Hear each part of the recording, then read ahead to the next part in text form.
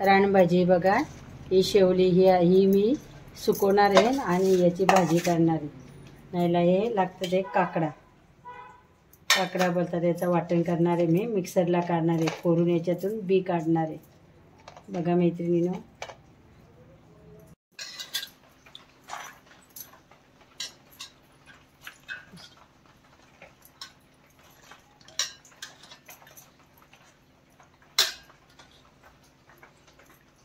आणि काकरा येते ना, असं ठेचून त्याचे आपले बी काढायचे. अशी आपली बी काढून घ्यायची. आपण अशी काढून घेते आणि मिक्सरच्या भांड्या मी फिरून घेते. जरा खाच नाही लागत.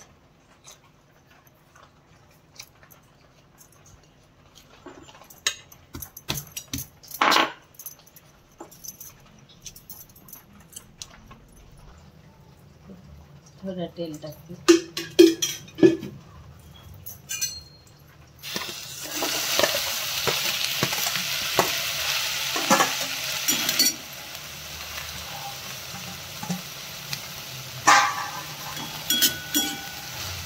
खरपूस भाजून घ्यायची.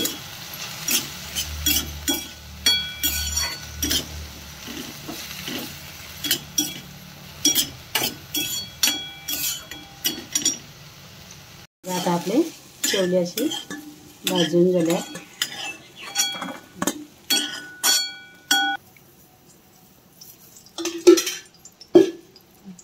कांदा परतवून घेऊ.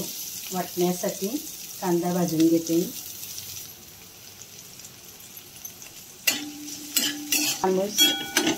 वाटण्यासाठी कांदा मी परतवायला घेतला.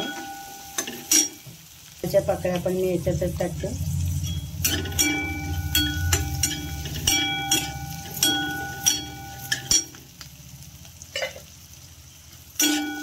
आपण आता तेल टाकून घेऊ. तेल टाकलं, त्याच्याने खडा मसाला, दणपणी, लवंगा, वेलची, मसाल्याची वेलची आणि दालचिनी आणि स्टारपूड.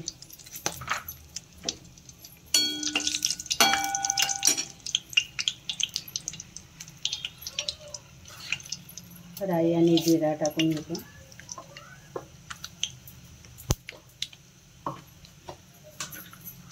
हे वाटण केलंय ना, हे वाटण टाकून घेते.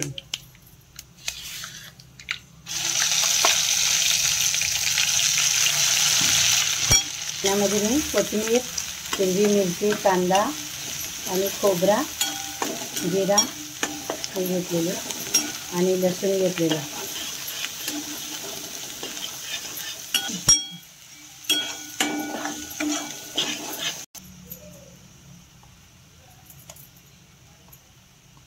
थोडा हिंग टाकून देते. आणि हा आमचा घरगुती मसाला आहे. हळद, गरम मसाला,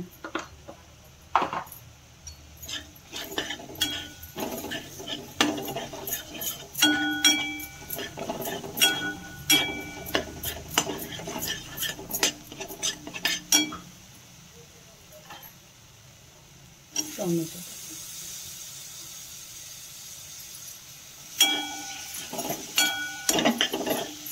आणि भाजी शिजायला जरा 15-20 मिनिटं लागतील आपली. आणि शेवळी टाकून घेते, इराण भाजी टाकून घेते.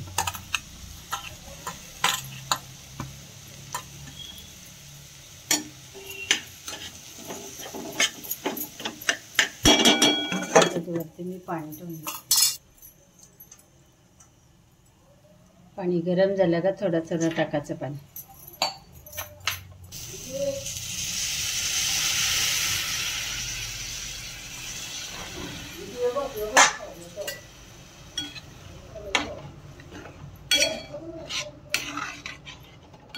हे चांगली 15-20 मिनिटं शिजून देणार आहे.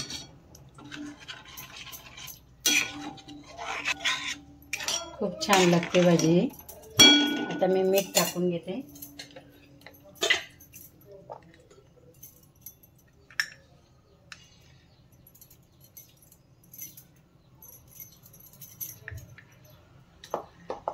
घेतले त्याचं पाणी टाकून घेते. चांगलं घालून घेते.